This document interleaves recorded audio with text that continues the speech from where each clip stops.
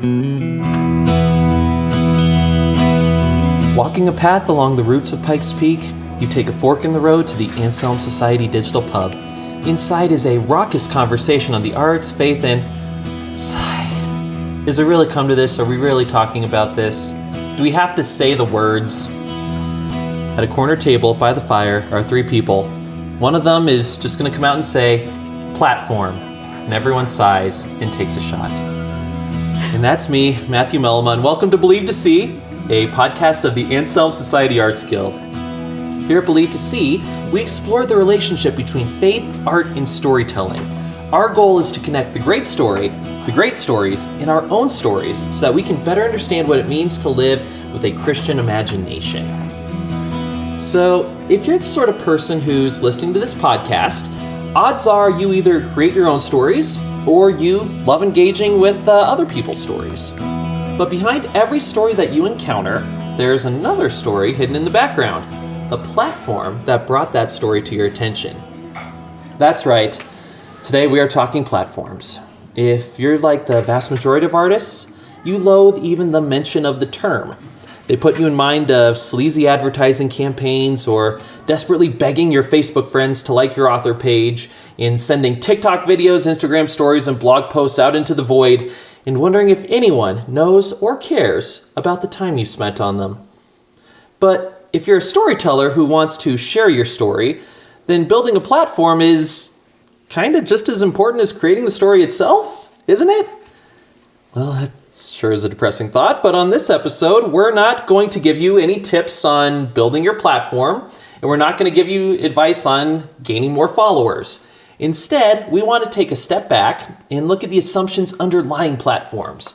Are they really necessary? What's a healthy way to view a platform? And what are the dangers and temptations that we all want to avoid? In short, what's the best way to shape the story behind your story? All right, so with that, I want to check in on my co-host to make sure I haven't depressed them too much.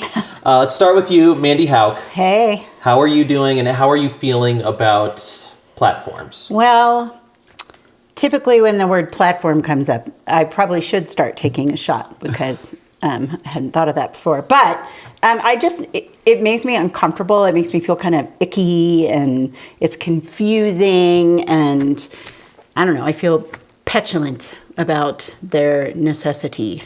Okay, so let's analyze each of these adjectives that you just gave me. All right, are we unpacking? We're unpacking. Yes. So let's start with icky. What about building a platform makes you feel icky? Well, I don't like advertising as a rule. Like Peter always laughs at me because I'm always yelling at the TV when commercials come on. And so the idea that I have to not only do that, but be good at it, and when I don't know how to be good at something like that, because it's so detached from my creative side. I don't feel a connection. I didn't get into writing so that I could market myself. I got into writing so I could write, and I think I'm resentful. Back to the petulant. More adjectives. So seems to you then that the writing side and the advertising side, like there's no connection between the two. Like they're completely different things. To me it is, yeah. Because Okay. when I write, I feel like I'm detaching myself. And then when someone tells me I need a platform, that's like all about who I am. Mm-hmm. No, that is definitely resonating, and that makes you feel petulant. Petulant, yes. Because you feel obligated to do it. Yeah, yes. And I know I will stink at it. So... Is that a healthy attitude? Yeah. If my son came to me with that attitude, I'd be like, I don't know. but yes, I think let me think. Yes, every artist agrees with your opinion, good. I think. And now let's bring in on our other co-host, Evangeline Denmark. Evangeline, let's do the kids these days call it a vibe check? I don't know if they do. But what are your feelings about building a platform? I don't know. I'll have to check on your terms. You actually have kids who would know. I have kids who would know. Yeah. Well, in terms of platform, the drinking game, I am, as of now, in favor. Yeah. Shout out to Cheers. Tara Owens for introducing me to that, by the way. Yay, Tara! Take a shot. We'll see how we all are at the end of this podcast. Right. It's going to get real weird. So I was thinking about adjectives as Mandy was talking. So I suppose mine are exhausted, resigned, and a little bit regretful. Ooh, okay. Yeah. Well, those are, I'm sorry that you feel that way. I know a lot of people do, but I think that between the three of us and all of our bad experiences, we may have some useful things to share with the listeners. So I sure listeners, hope so. you're welcome. Yeah. So let's go into that really quick. And a lot of this we'll be able to unpack later, but so let's start with the exhausted. What about it makes you feel exhausted? Well, I'm just now beginning to write again. And so that alone is enough of a challenge that thinking about platform building is, I can't even go there without exhaustion. I just can't contemplate it without just feeling tired and just this, like, I don't want to do that. I don't want to do, and what I mean by I don't want to do that is I don't want to be throwing stuff out on social media to be throwing it out on social media. You know, I don't want to be planning blog posts and posting them in you know, at these exact times. And, you know, it's kind of like, it's not throwing away, but for me, it's second to the goal, the overall goal. And I think we probably all agree on that. And so when I say I don't want to do that, or I don't want to platform build in that way, that's very real. Now, we can get into it later, but, you know, platform building is about interpersonal connection. Yeah. That is something that I'm always interested in. So, anyway. That's a good way to think about it that I hadn't before. Because you heard the language I was using. I think about it like advertising. Yeah. Well, that's... But interpersonal connection, yeah. Well, because advertising very much, that's what I think the impersonal social media blasting feels like advertising. Right. Yeah. So to the podcast listeners, my cat apparently has lots of opinions about platforming. Me and your cat are friends now. If you hear him crying, listeners, he's just... we've been regularly recording podcasts at Mandy's house for a while, and for the longest time, Mandy's cat was terrified of basically all other humans than Mandy. But now, me and her cat are friends. But and I'm petting him right now. But he does talk a lot, so just, you know. He's opining about platforms. Yeah. No, me and him were just talking about how we're both best friends. Okay.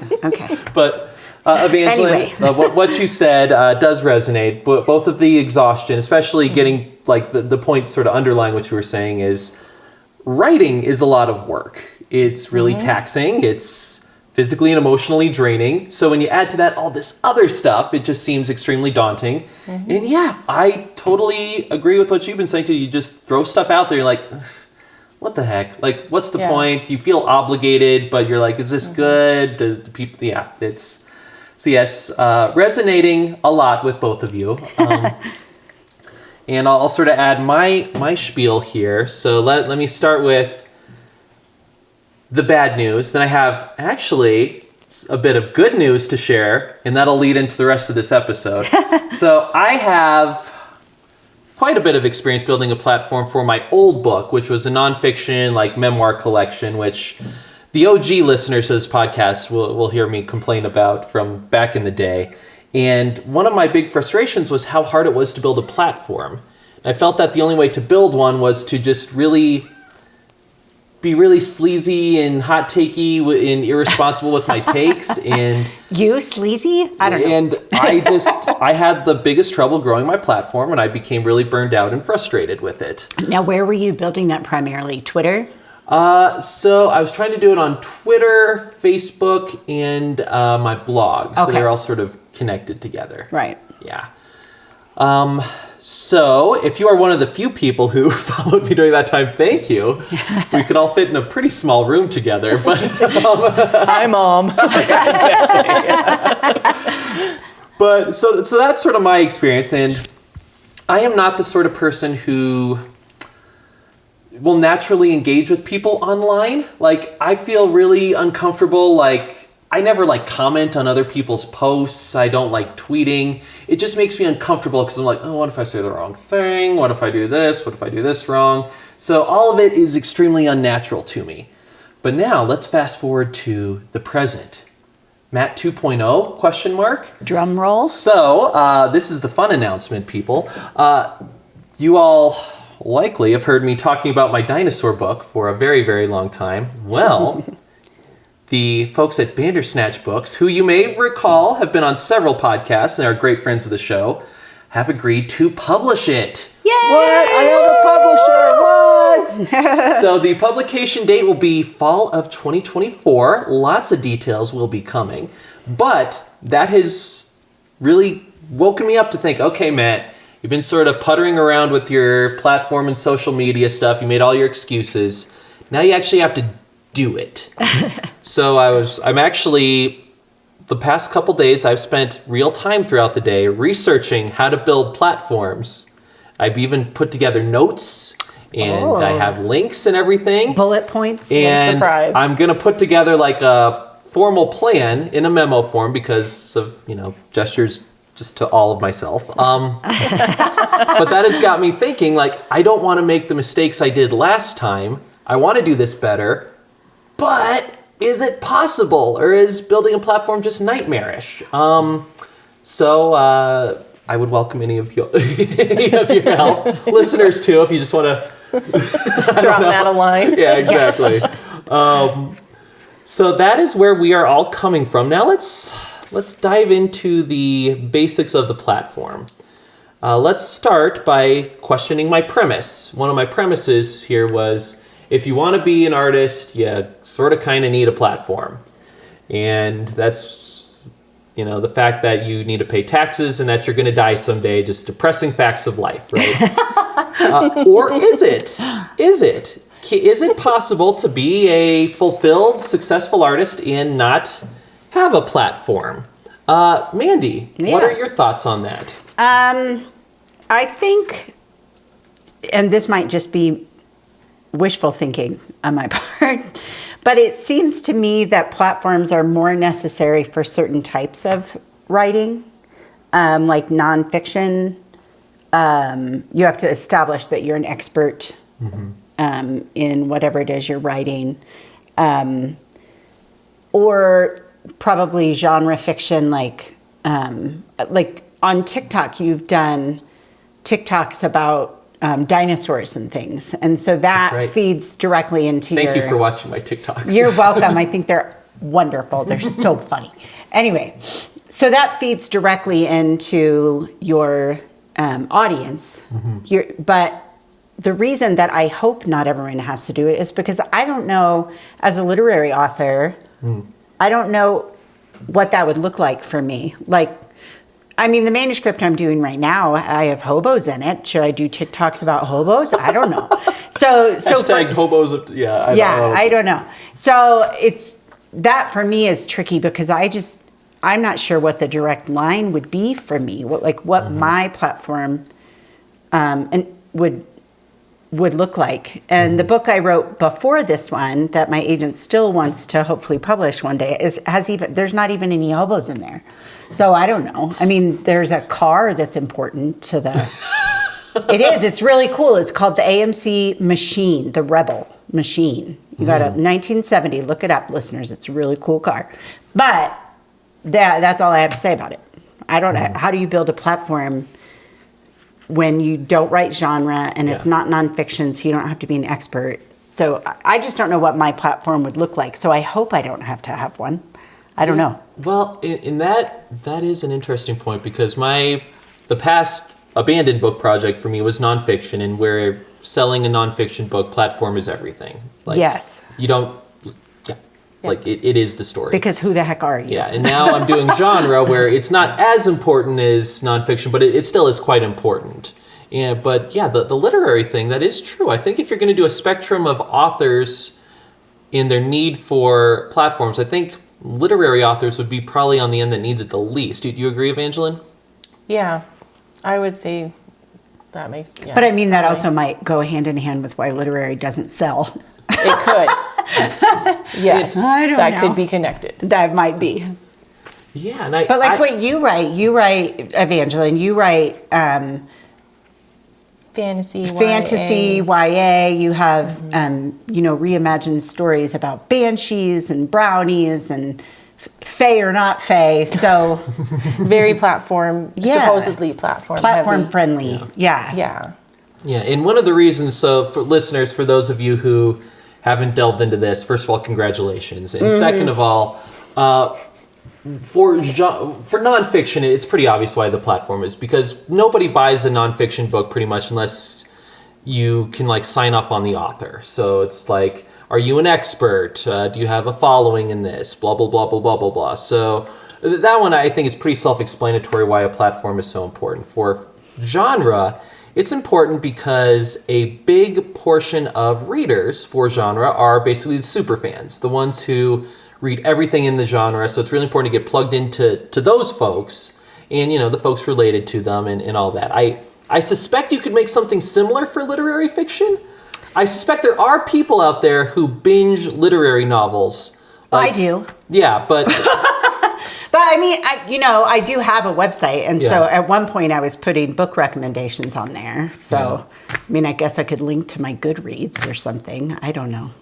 Yeah, and that. So I would say, guessing if I was like an expert, what the advice would be. You're the most expert at this table. You may need it the least of anyone, but I think it would still be very helpful. And if like let's say your agent gets you really. Like this one gets really close with a publishing house. I'm guessing if you could point to a platform, that would be a big leg up for you. Right. Just so that the publisher would know that I know more people than my family. So Mandy, that's a good first category. People who need a platform less, literary authors. Evangeline, any other thoughts on folks who may not need a platform? Those happy few. I'm not sure. I'm still stuck on death, taxes, and platform. The grim three. Yes. So here's what I was thinking about. So I'll expand it a little bit beyond writers to folks like Nancy Soderstrom, right? Mm-hmm. So she's been on the podcast. Go listen to her podcast if you haven't. And she is a potter and a very good potter. She works with ceramics, and she could sell a lot if she wanted to, but she's decided she doesn't really want to be about that, so she doesn't even sell her work. She makes really cool stuff, and she gives it to people. So because of what she's choosing to do, she doesn't need a platform. I'm sure she could have a good one if she wanted, but she doesn't want to. For perfectly valid reasons. I would say my husband Corey is the same way. He really has no interest in making money on his art. Whereas if he, put a lot of effort into it, had an Etsy store or whatever, he could and would. Darn him. But that's not why he creates. So I suppose what we're getting down to is that there is a group of artists, or an inclination of artists, who it's just not their goal to be the bestseller or or best-selling or recognizable. Their name's recognizable. They just make art, and I still think like Nancy, because like we've probably all been recipients of Nancy's pottery gifts. Yes, I have a bowl right over there. And it's, and you can tell the joy. Like the first time I met Nancy, she gave me pottery. Yes, she gave you the fox sgraffito. Yeah, yes. It was gorgeous. Because it was absolutely gorgeous. Yes. Because you mentioned there were foxes in your book. Yes, and you see like the joy that Nancy has over your joy. And, Corey loves to have somebody love his work.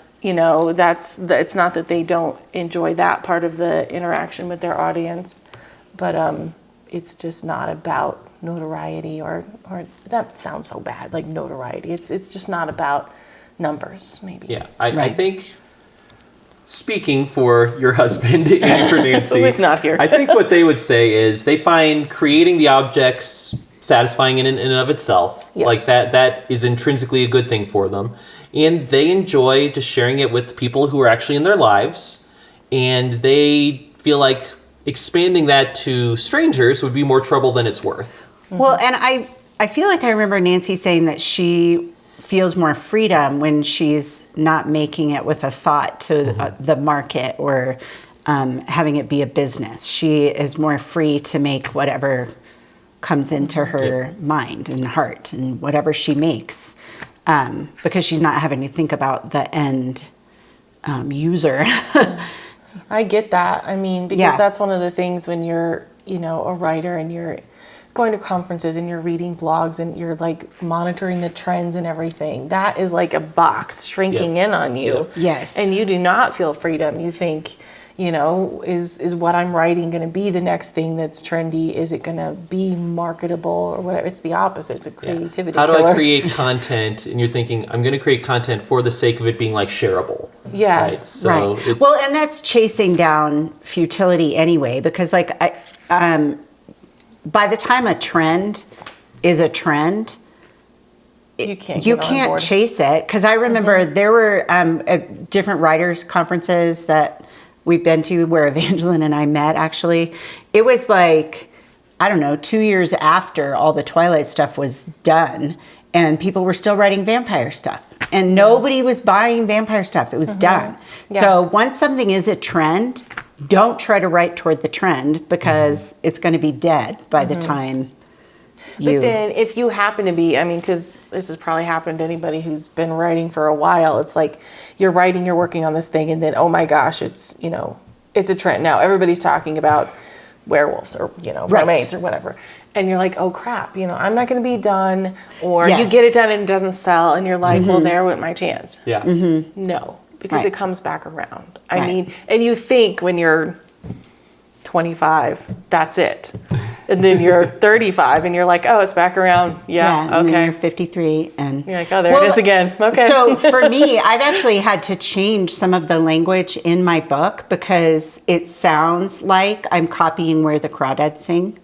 But I man. started writing my Yeah. book way before Where the Crawdads Sing came out, but I am a very slow writer. Yeah. And an even crueler twist, I don't like Where the Crawdads Sing. Sorry. But anyway, so I've been worried about that. And is it too much like that? And I let Bethany read. She's read Where the Crawdads Sing, and she read about half of my novel. And I was like, are people going to think I was trying to copy that? And she said no, thank goodness. But hopefully she's not lying to me because she's my kid. But... She doesn't strike me as a big liar. no, she's not, actually. I think she'd shoot you straight. Yeah. Yeah. So it seems like the conclusion we're all circling in on for do you need a platform? It's no. If your goal is to just create art for its own sake and share it with your friends and family, then you don't. And if that's what you want to do, cool. You're probably healthier than the rest of us. Good for you. Probably. Yeah. But if you do want to share it beyond the circle of friends and family, you probably need one. Yeah. Right? Yeah. Yeah. Okay. Well, Time for a shot. with that, let's Death, taxes, and platforms. Where's the whiskey? once more to the breach, dear friends. So let's assume you made it past that first way marker, and you decided, hey, I do need to create a platform. I do think the important thing when you're starting off is to figure out what your goals are, because I think the dangers of the platform are tied into what your goals are. I think each goal has its own dangers, but certain goals are more dangerous than others. Agreed. Okay, so with that, let's get possible goal number one, starting with, I think we'll all agree, is the most dangerous.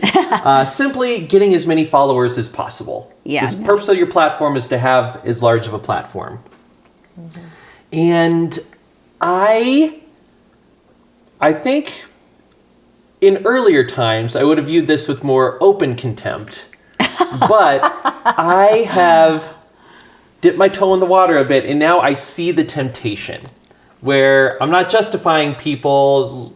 Let's talk about some of the dangers here, where you can eventually just water down or warp your message, where it's not my message, it's what do the people want me to say. Then you switch it to that, where everything becomes like serving the platform. So you're not creating art, you're creating a platform. The art serves the platform. It's all topsy-turvy. Right. You've like created a brand and you're Yes. tweaking everything to fit the brand. Exactly. Yeah. Any other dangers you see of the platform growth is inherently good? Manifest destiny for platforms. Well, money. I Yeah. mean, if you're writing for money, you ought to reconsider your chosen Rethink path. that. Yes, But, it happened for Stephen King, but there's a reason we all know his name.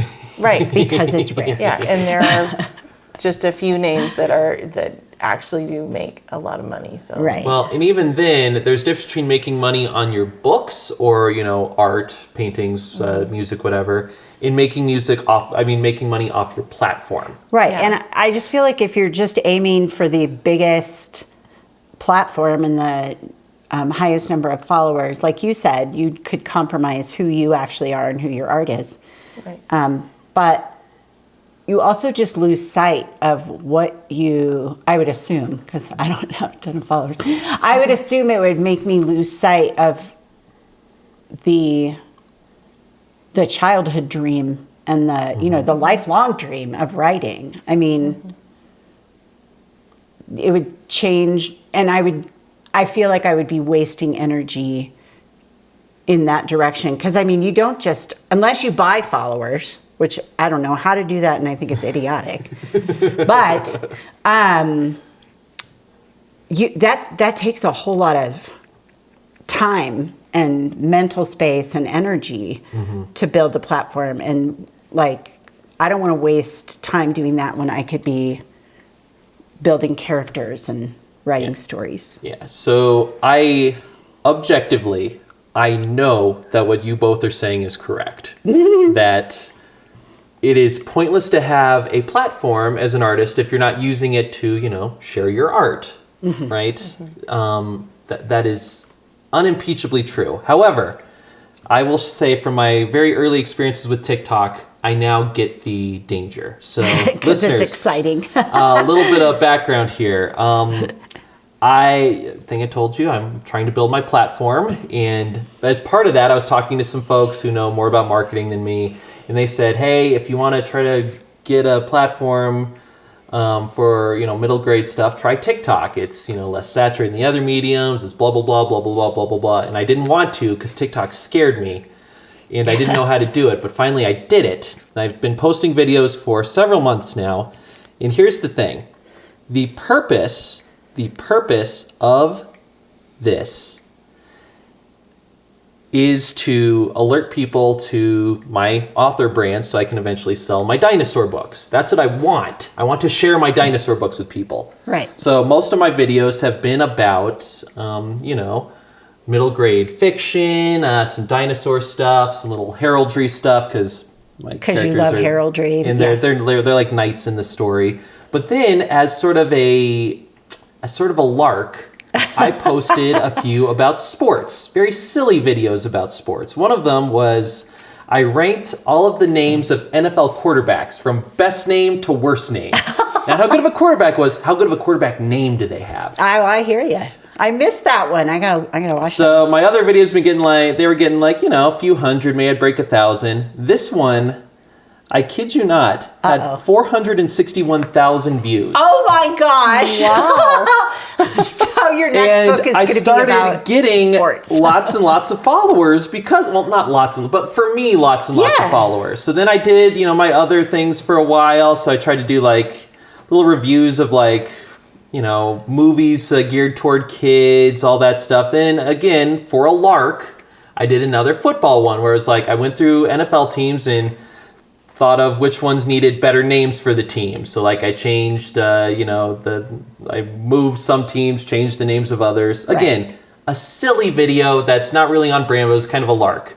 Again, 456,000 views.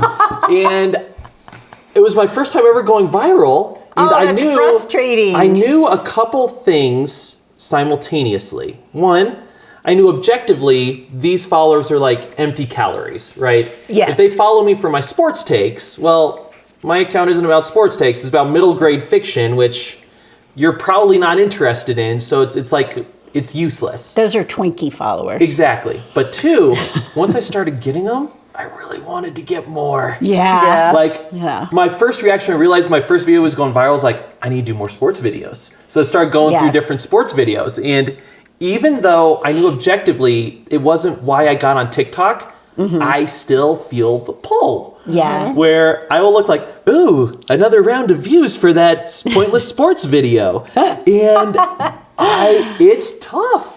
Can I tell you, I went viral, sort of. I don't remember. It was maybe like 10,000 or something on Twitter.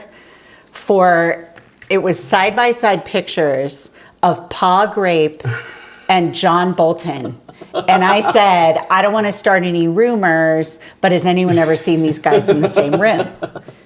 And that went, but I'm like, why? Like, it got picked up by some Christian like Instagram page that tweeted or that like shared it. Somebody shared it with Phil Vischer, and so at least yours is like roughly on. How is that on brand? Yeah, she writes about Pa Grape. Whoa! He's sort of. Pa Grape was in the Jodes in the Dust Bowl. My book is in the Depression. Wait a second. There's your I think connection. we found it. So that's good, Mandy. After you did that, and you're like, "Ooh, this blew up. This is really fun." And Yeah, then you're I like- tried to just be funny, and then it doesn't work when Yeah, like you want to keep the good times rolling. Even though I'm guessing your rational side is like, I'm not creating a platform to be like a evangelical joke teller, right? Yeah. I want to be a literary author, but you feel the impulse to get more. Yeah. Yeah. It's that middle school me going, Yep. people like Yep. me? Yep. I mean, it's really easy to make fun of, but then you're like, oh, I get the appeal now. Uh-oh, this is dangerous. Endorphins. Yeah. Yeah. Yeah. Validation, Yep. even Yep, for yep. something you don't really care about. Yeah. So now I hope the listeners are all Googling John Bolton and Pa Grape because they do look so much alike. They even wear the same glasses. And if you want to see, well, oddball sports takes, among other things, some oddball sports takes at MatthewMellema.com, at MatthewMellema on TikTok. But yeah, that just does undergird, there's a danger here. And I think we've all seen folks do this, that we just like follow on social media, where they start building a platform because like they have a book, or we may even agree with the message, but pretty soon it just becomes like, oh, all you are is this message, and everything is seen through this filter. You're not really even a person anymore. You just become like this caricature identity. And again, it's easy from a distance to look down on it, and objectively they are probably doing something they shouldn't with the platform, but the endorphins, doggone it. All right, any other temptations along the ways of the get as many followers as possible route? I feel like I need to give a disclaimer about my comment about money, because it isn't wrong to earn money and feed your family. No. I'm just saying, if your entire motivation for creating art is to get money, and your motivation for building a platform is to get money, you just might be a little frustrated. There are easier ways to make money. There are easier ways to make money. Well, and typically if it's someone's goal, if their goal is money making, they probably have delusions of how much they're going to make anyway. Right. They probably get disabused of that notion pretty quickly. I would think. Yeah. Yep. So let's go to that. That's actually more to the possible goal number 2, creating a platform with the goal of selling your art. And like Evangeline said, that's not intrinsically bad, but there are still risks here. So something I've been doing, again, just trying to do my due diligence here, is looking at the example of folks who've been like successful indie authors, right? The ones who, like, there are a fair amount of authors who can make 6 figures writing indie books, mostly ebooks for Kindle. We don't know who they are because they are really good at hyper focusing their target on a very niche group and being very popular with them. Yep. Like the sci-fi group, the ones who like always reading a sci-fi book, or like romance novels, or detective fiction, all that. Yeah, I have a friend who quit his day job after his first book, but it's like super niche. It's like time machine, but also Christian, and like it's super niche. But he's written at least 4 now, and so he's But it has to be, like you said, hyper focused. Yeah. So there, I think this is better than just having a platform for its own sake, because at least you're selling books, or, like, I'm sure there's other analogies we can use for the visual and musicians among us, but there are still some risks here. And I think the main risk for me is just a practical one, where after reading several books by these authors and trying to, like, learn the tools of the trade, a couple things stood out to me. One, it is possible to make it this way, but to do that, you need to be cranking out books and be really working at your platform. Like, it should be basically a full-time job plus if you're going to do this. Yeah, I write way too slowly. Like I write like Marilyn Robinson's book. Her 2 books were 20 years apart. Yeah.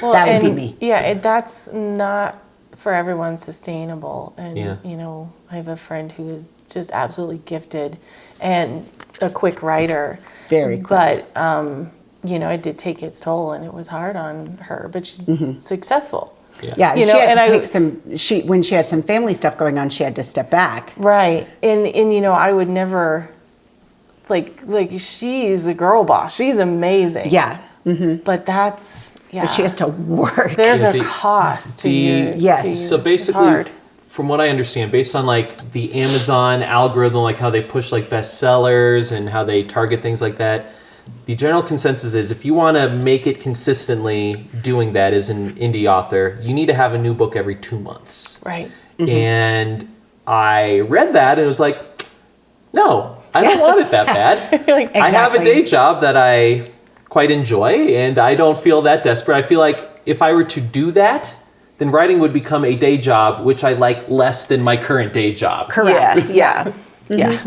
That probably would kill me. Yeah, it's 2 books a month. Yeah. Oh, that's a book possible. Every 2 months. Yeah. I think I could do it if that was my full-time job, but I'd rather not do. I'd rather have my full-time job and I feel like I feel like I would end up spending so much time looking back and going, oh my gosh, that book 3 books ago was so terrible, but I don't have time to think about it. You can't do it in this system. You just need to be pressing forward. Well, you just said that makes it a system. Yeah.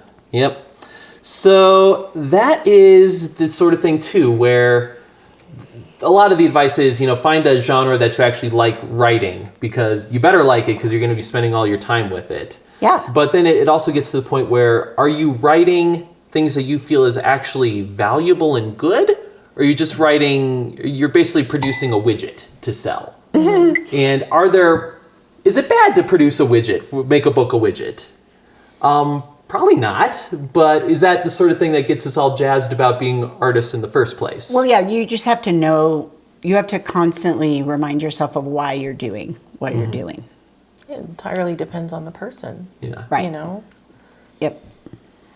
Yep. I could see certain people being like, time to write the novel, like time to make the donuts, right? Mm-hmm. But again, if you're going to do that, no, like that is your full-time job. It's probably going to be more than full-time job, and you need to be cranking it, and while you're doing all the platform stuff related to it. Mm-hmm. Yep. Okay, so then I'll just do the third one, which is I'll just go ahead and tell you all my goal. Mm-hmm. Sneak peek to the memo I'm going to prepare for myself on my social media goals. I want to have the books I want to write. Not exactly the books I want to write. I'm willing to make changes to make it more like palatable to readers, et cetera, et cetera. Mm-hmm. But roughly a book with the message I want, and I want to share it with as many people as possible. Not necessarily make a ton of money off of it, because again, I don't feel that pressure. I'm cool with my day job, and I'd rather share the book more than make a bunch of money off it. But those are my very rough goals. Mm-hmm. And with that, there's always balances between how much are you willing to change the book to make it more marketable, blah, blah, blah, blah, blah. There's stuff on both sides. But that is my stuff, and there are plenty of dangers along with it, but that is what I'm shooting for.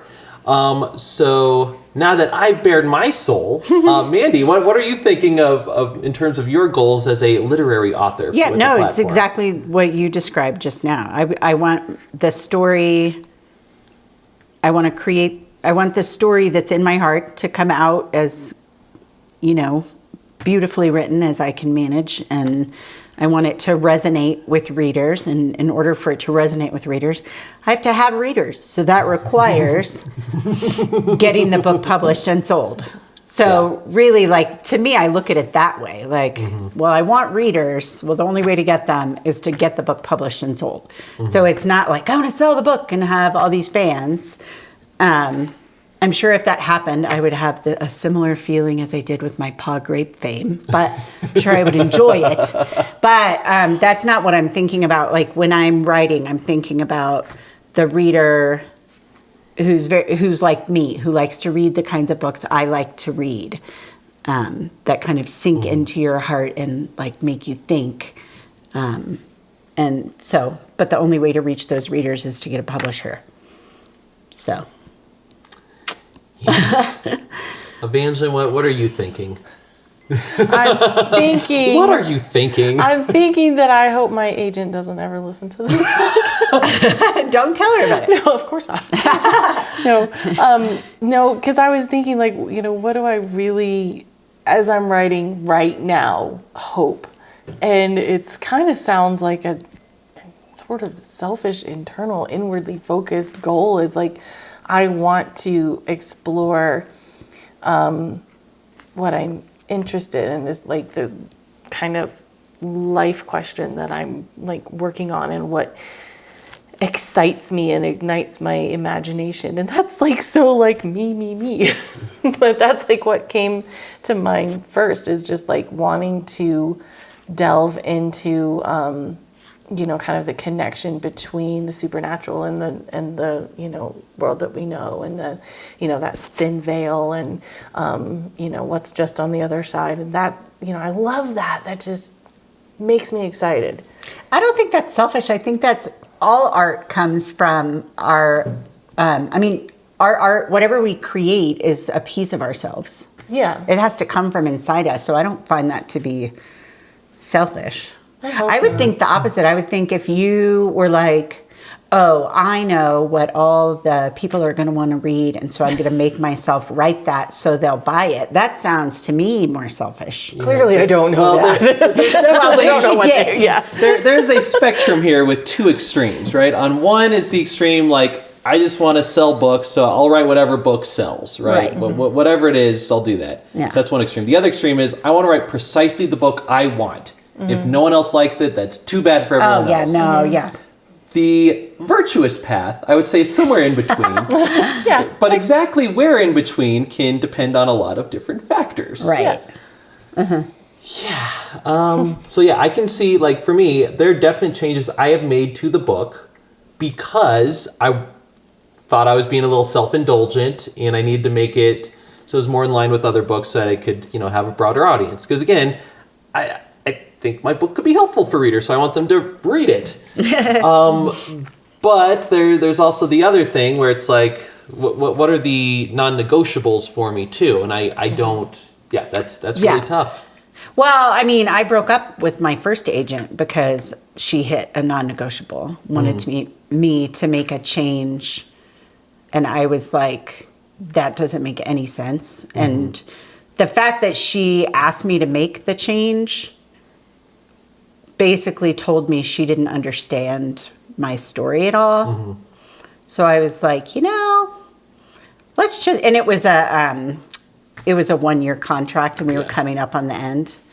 And so I was like, we can just let this contract end. And then I found my new agent pretty quickly because I'd already talked to her before. So, but anyway, and so there have to be some non-negotiables.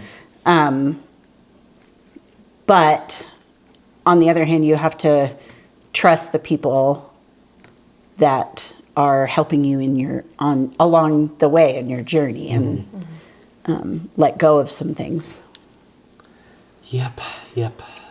So with that now, let's switch gears a little bit, and let's share, if possible, some good examples of folks with platforms. Maybe it's some other writer, some other artist that you see out there, and you look at it as like, oh, I actually like that. I think they do a good job with it. So I'll start, and I'm actually going to make a plug for a friend of the show, SD Smith, or as all of we Anselm folks call him, Sam Smith, because he comes to our conferences sometimes. But I'm kind of gunning for the same readers that he has, right, with middle grade fantasy adventure. So I've been watching his social very carefully, and I think he does a good job of it. He shares interesting content like quotes from different authors. He'll have little like blog posts every now and then.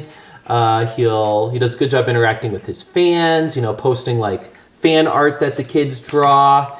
And I think he actually does a good job with his website too about, guiding people to make the sales, but in a way that feels organic and not sleazy. Like when I was talking with my brothers, because we collaborate on some stuff about a website we're going to do to help with these sales, and his website was the one I used as an example.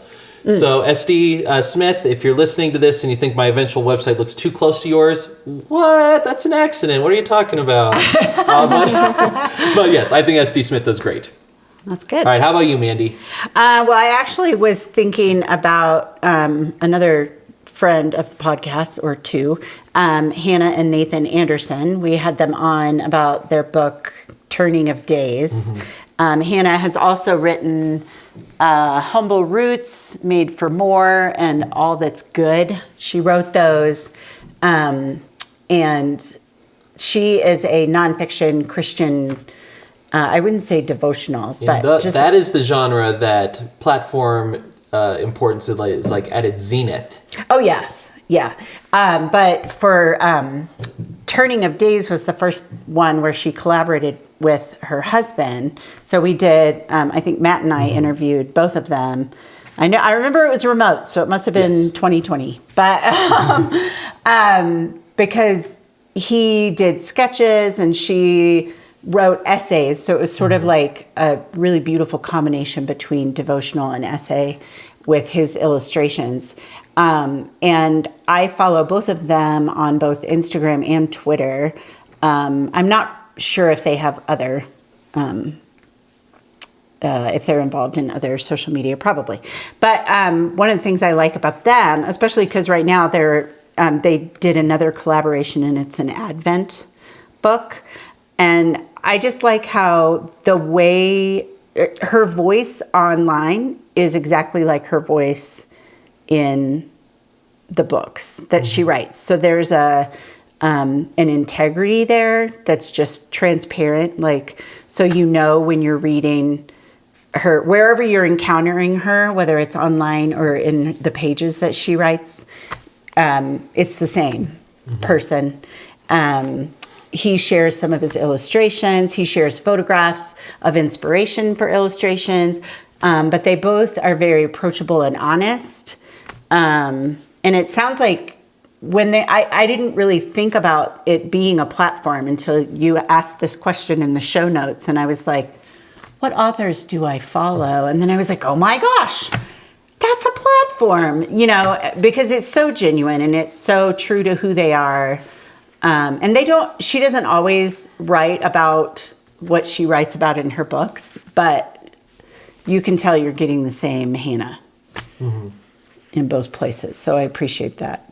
Yeah, I think going back to what you said earlier about something that I totally agreed with you about, and that's how writing and platform building seem like completely different skill sets. I think if you do it the right way, maybe it's not. You can combine them both so that the platform is an extension of your writing and your brand. Oh, that's too gross of a word. I know it is. Yeah. Imagine I said something similar to brand, but with better connotations. But a better word. Yeah. Evangeline, how about you? I'm going to go with a non-writer, but also friend of Anselm, friend of the podcast, Teresa Mahoney. Oh, yes. Because she is a singer-songwriter, and she just is very good about kind of posting the different parts of her life. And the way that she does it and the way that appeals to me is, you get bits of Teresa's life. Like she has a hashtag that she does, Gratuitous Beauty, where she's just, taking pictures that are beautiful. You get little snippets of things, like trips or whatever, but you also get little clips of her singing from just kind of figuring out a tune on the keyboard to, TikTok videos that are just gorgeous. And I really like the range there. I feel like it helps me get to know her, and I do know her, so maybe that's like a little bit difficult, but I'm like, oh, that's my friend Teresa. And then I'm also like seeing that singer-songwriter Teresa, that's artist Teresa. So I feel like that her platform is inspiring because it feels, the catchphrases, genuine and authentic to me. Right. Well, it feels like you're spending time with her. It does. And I would say the same about another friend of the podcast, Karen Swallow Pryor, who wrote on reading well, and then she's done the study that, how would you describe that? The guides to reading and reflection. The guides to reading and reflection. She's done Frankenstein, Tess, Scarlet Letter, all these. And she is very similar to what you were saying about Teresa, because she takes pictures of her morning run every morning, and it's beautiful because she lives in Virginia. And, it's like she's inviting us into her life. Yeah. In an authentic way. It's so relatable. All these words that used to mean good things, but now they don't. They're like catchphrases. Yeah. Darn it. And they've lost their... Stinking marketing. Yep. Well, I'm very glad we've had this conversation, everyone. Yes. So I will tell you some things I intend to do going forward. So I am going to try to be more intentional about this. I want to make it, again, the goal in mind. It's not about getting these Twinkie followers because of my hot takes on quarterback names. Yeah. By the way, Joe Burrow has the best quarterback name. Mitchell Trubisky has the worst. You're welcome. That's true. But now they don't have to watch your TikTok. Ah, darn. Don't you want to break 500,000? Well, the thing is, those would be Twinkie views. It's true. So I want to have the end goal in mind is to share my book, make sure it gets in as many hands as reasonably possible, still being true to the message. I'm going to try to make my platform an extension of my work and not just some obligation I do. And hopefully this will all be clear in my memo. Yes. All right. So those are my next steps. Either of you just have some parting thoughts on platforms, rallying cry for other artists, commiseration, just taking shots, whatever. I feel actually a little better just in the last few minutes when we were talking about the platforms that we like that I didn't realize were platforms. So, I mean, maybe just being myself online is enough. I don't know. I mean, I do try. There are times that I've wanted to get all sassy, snarky, and then I think, what would my agent be mad at me if she saw this? And then I'll not tweet it or whatever. So, but I probably could think more about, since what I love doing is crafting beautiful sentences, I could probably think more about the language I use, maybe make it, I don't know, poetic Twitter. I don't know. Does such a thing exist in this actually, brave new world? It does. Jane Charles shares her poems on Twitter. I follow a couple of poets on Twitter, but I'm not a poet, so. I became a lurker on Twitter a while ago. Yeah. I just don't post. I'm more into TikTok. Yeah. Well, if you ever see me going off brand, please let me know. All right. Well, with all that said, things are winding down at the Anselm Society Digital Pub. The fire is down to embers. The customers are trundling home. You've polished off your final glass. Once again, Believe to See is a podcast of the Anselm Society Arts Guild. To find out more about the Anselm Society, please visit us at anselmsociety.org. And while you're at it, why not help Believe to See's platform grow by leaving a review on iTunes, Spotify, or wherever you get your podcasts. Thank you again for joining us, and we'll catch you next time.